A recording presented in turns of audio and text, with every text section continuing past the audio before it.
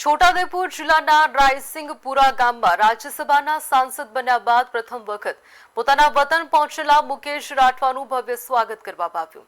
જી હા, ગામમાં ઉત્સવ જેવો માહોલ જોવા મળ્યો હતો અને મોટી સંખ્યામાં ગ્રામજનો, આગેવાનો તથા ભાજપના હોદ્દેદારો ઉપસ્થિત રહ્યા હતા। મુકેશ રાઠવાએ સૌપ્રથમ ગામના હનુમાનજી મંદિરે દર્શન કરી આશીર્વાદ મેળવ્યા હતા। ત્યારબાદ ગામમાં ભવ્ય રેલીનું ખાસ આયોજન કરવામાં આવ્યું। ડીજેના તાલ અને આદિવાસી સંસ્કૃતિના પરંપરાગત નૃત્યો સાથે સમગ્ર વિસ્તાર ગૂંજી ઉઠ્યો હતો।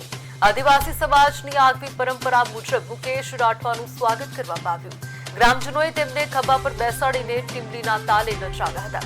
સમગ્ર કાર્યક્રમ દરમિયાન મુકેશ રાઠવા પણ આદિવાસી અંદાજમાં લોકો સાથે જોડાયા જોવા મળ્યા। મહત્વનું છે કે રાયસિંગપુરા સહિત આસપાસના ગામોમાંથી મોટી સંખ્યામાં લોકો આ પ્રસંગે ઉમટી પડ્યા હતા। રાજ્યસભામાં પ્રતિનિધિત્વ મળતા ગ્રામજનોમાં આનંદ અને ગૌરવની લાગણી જોવા મળી।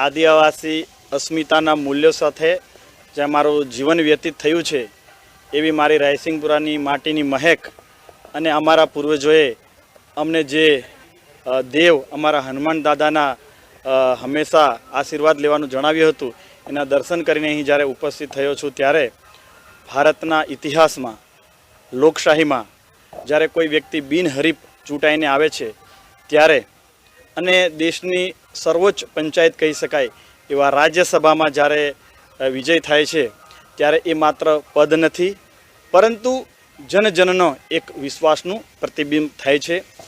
એક સામાન્ય કાર્યકરથી લઈને જમીની સ્તર પર કામ કરીને અમારા જનજાતિના સમાજના ગામડાઓમાં બધી જગ્યાએ ફરીને એમના પ્રાણ પ્રશ્નો સરકાર સુધી અનેકવાર રજૂઆત કરીને એને ઉકેલની દિશામાં મેં પ્રયત્ન કર્યો હતો અને અમારી ભારતીય જનતા પાર્ટીના સંસ્કારના મૂલ્યો સાથે આ સંસદ સુધીની સફર એ યાદગાર અને ગૌરવપૂર્ણ રહી છે।